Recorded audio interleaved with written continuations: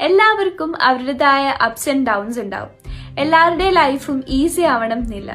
ഇപ്പൊ നിങ്ങൾ ഒരു ഡൗൺഫോളിലൂടെ കടന്നു പോവാണെങ്കിൽ come let's have a talk.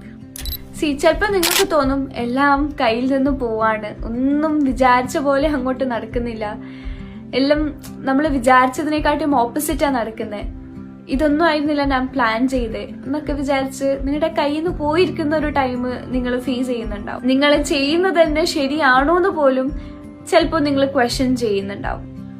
ഞാനും ആ ഒരു സിറ്റുവേഷനിലായിരുന്നു കുറച്ച് ദിവസങ്ങളിൽ. കാരണം ലൈഫ് വല്ലാണ്ട് മുന്നോട്ടേക്ക് പോകുന്ന പോലെ ലൈക്ക് ഒന്നിനും ഒരു ട്രാക്ക് ചെയ്യാൻ വേണ്ടി പറ്റുന്നില്ല. Maybe that's why I couldn't take any videos.